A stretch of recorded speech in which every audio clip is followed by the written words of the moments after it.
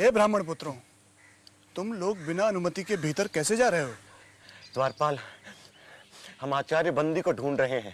मैं उन्हें शास्त्रार्थ के लिए चुनौती देने आया हूं। ब्राह्मण पुत्रों, तुम दोनों अभी बालक हो। आचार्य बंदी को चुनौती देने के बजाय किसी आचार्य के आश्रम में जाकर शिक्षा ग्रहण करो। हे द्वारपाल, आग की एक छोटी सी चिंगारी भी पूरे जंगल को जलाकर खाक कर सकती है। बाल पकने से कोई ज्ञानी नहीं हो जाता, ना ही धनायु और कुलीन होने से कोई बड़ा। ज्ञान की साधना करने वाला ही वृद्ध और महत्व होता है। हम ज्ञान वृद्ध हैं, इसलिए हमें भीतर जाने दो, या महाराज जनक और आचार्य बंदी को हमारे आगमन की सूचना दो। द्वारपाल, उन्हें भीतर आने दो। अश्वसेन, उन्हें भीतर आने दो।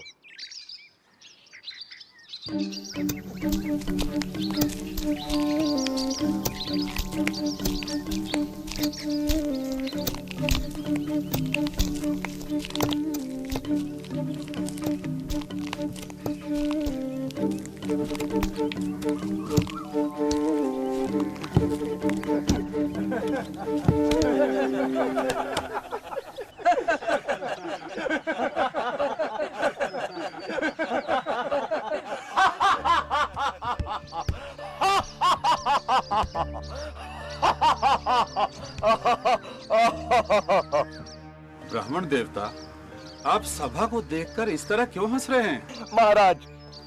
महाराज, मैं तो ये सोचकर यहाँ आया था कि जनक की सभा में आकर इन विद्वानों के बीच मैं आचार्य बंदी को शास्त्रार्थ के लिए चुनौती दूंगा, लेकिन यहाँ आकर मुझे लगा कि ये तो मूर्खों की सभा है। राजन, मैंने अपने हंसने का कारण तो बता दिया। अब आप अपने मूर्ख विद्वानों से पूछे कि वे किस पर हंसे। मुझ पर या उस कुम्हार पर जिसने मुझे बनाया? पूछो किस पर हंसे ये सब।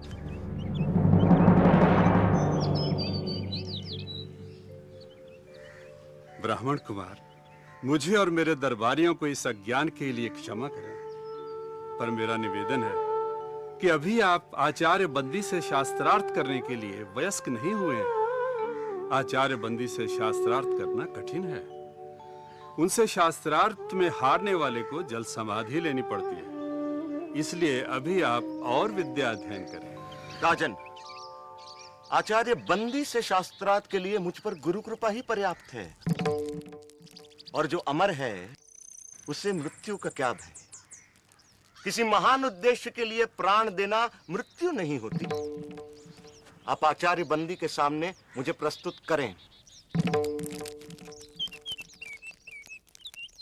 मैं हूं आचार्य बंदी। मैं तुमसे शास्त्रार्थ करने के लिए तैयार हूं, पर क्या तुम्हें मेरी शर्त स्वीकार है? एक ही बात बार बार कहे आप हमें भयभीत करने की नाकाम कोशिश क्यों कर रहे हैं? चाहो तो तुम दोनों एक साथ मेरे साथ शास्त्रार्थ कर सकते हो। मैं एक हूं और एक ही आपसे शास्त्रार्थ करूंगा।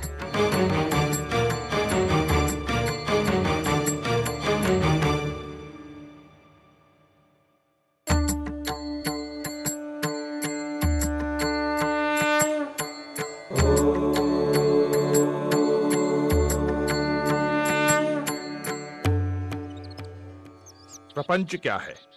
जो कुछ दिखाई देता है, जो कुछ, वह प्रपंच है। जो दिखाई देता है का तात्पर्य क्या है? जो दृष्टिगोचर है, मन और इंद्रियों का विषय है, जिसे मैं स्वयं जानता हूं, वही दृश्य है। जो दृष्टा है उसे कौन जानता है? स्वयं को कौन देखता है? उस स्वयं, उस आत्म को देखने के लिए किसी की सहायता की जरूरत नहीं पड़ती। जैसे सूर्य को प्रकाश के लिए दिए की जरूरत नहीं पड़ती, वह स्वयं प्रकाशमान है। यह संसार कहां से और कैसे आया? यह सृष्टि उससे और सिर्फ उससे आई। वह कौन है? वह ब्रह्म है, वह ईश्वर है। वही अपनी माया से इस संसार को रचता है। वह ही रचनाकार, पालक और इस जगत का संहारक है। ब्रह्म इस संसार की रचना पालन और संहार कैसे करता है। जिस प्रकार मकड़ी अपने जाल की रचना करती है, उसी में विचरण करती है और फिर उसी को निगल जाती है, उसी प्रकार ईश्वर संसार की रचना, पालन और संहार करता है। जीव क्या है? जीव आत्मा है। वह निर्विकार स्वयं है, परंतु अविद्या के प्रभाव में आकर वह स्वयं को मन और शरीर समझ बैठता है। इसीलिए वह इस संसार का अनुभव करता है। अविद्या क्या है? अनात्मा को आत्मा समझना, निर्विकार को विकार युक्त समझना और इस संसार को ही सच समझना अविद्या है। तो विद्या क्या है? आत्म का ज्ञान विद्या है। सा विद्या या विमुक्त है वह जो हमें सारे दुखों, पीड़ाओं, बंधनों, अज्ञान, प्रतियोगिताओं, भ्रम और भ्रामक कल्पनाओं से मुक्ति दिलाए, वह विद्या है। जो हमें द्वैत के भाव से, हम दो हैं के विचार से, अलगाव के विचार से, तुम और मैं के भेद से मुक्ति दिलाए, वह विद्या है। विद्या दृष्टि देती है जिससे मनुष्य अपने ब्रह्म रूप को पहचान सके। साधो साधो साधो। ब्रह्म को जानने की प्रक्रिया क्या है? उसे जानने के दो मार्ग हैं।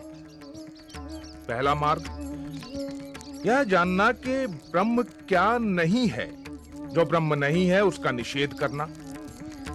सब नाम, रूप, गुण, सदोष और परिवर्तनशील वस्तु का निषेध कर निर्विकार को जानना। दूसरा मार्ग सत्य जैसा है उसे वैसा ही पहचानना। वह अस्तित्व रूप है, उसके बिना संसार का अस्तित्व ही नहीं है।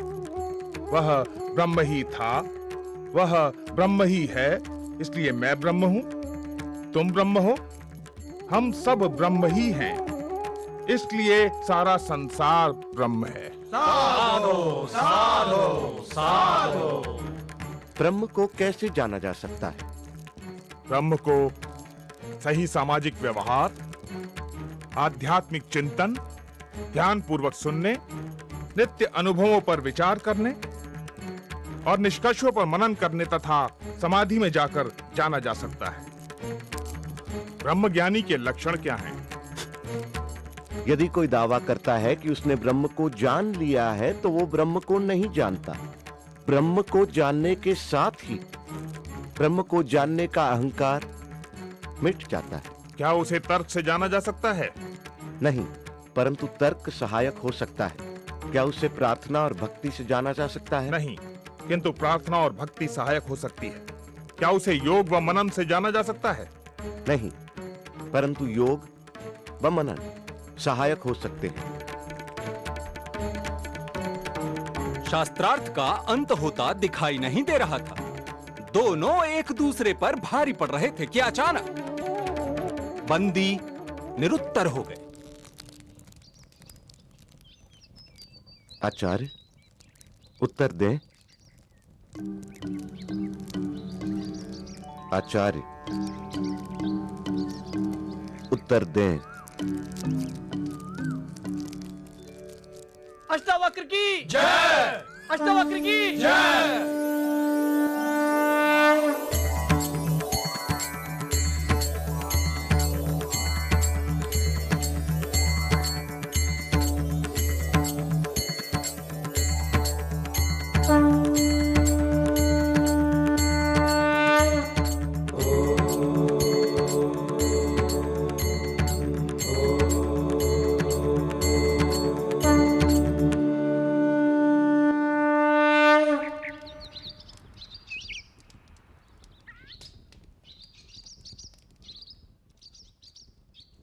मैं अपनी पराजय स्वीकार करता हूं। मैं जल समाधि लेने के लिए तैयार हूं।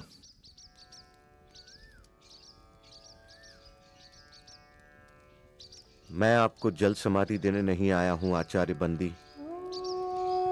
याद होगा आप सबको कि आचार्य बंदी के अभिमान के कारण और इस प्रथा के कारण कितने निर्दोष विद्वानों की जान गई। आचार्य बंदी, याद करें आचार्य काहोड को। मैं उसी आचार्य काहोड का पुत्र हूं।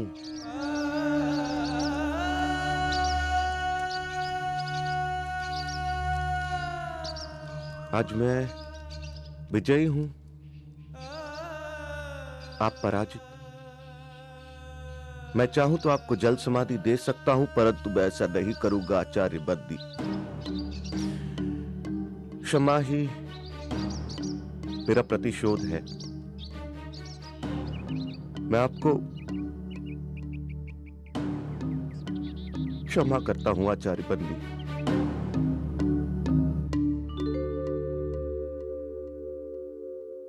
प्राण लेने से भी बड़ा दंड तुमने मुझे दिया बाल ज्ञानी।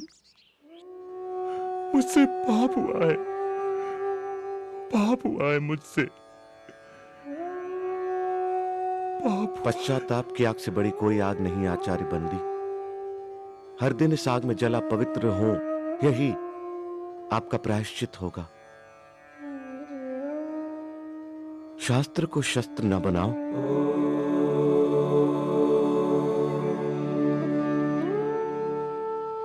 महाराज, शास्त्र जीवन का विकास करते हैं, शस्त्र जीवन का विनाश। जितना पुराना है हिमालय, जितनी पुरानी है गंगा, उतना ही पुराना है ये सत्य। हिंसा से कभी किसी ने किसी को नहीं जीता।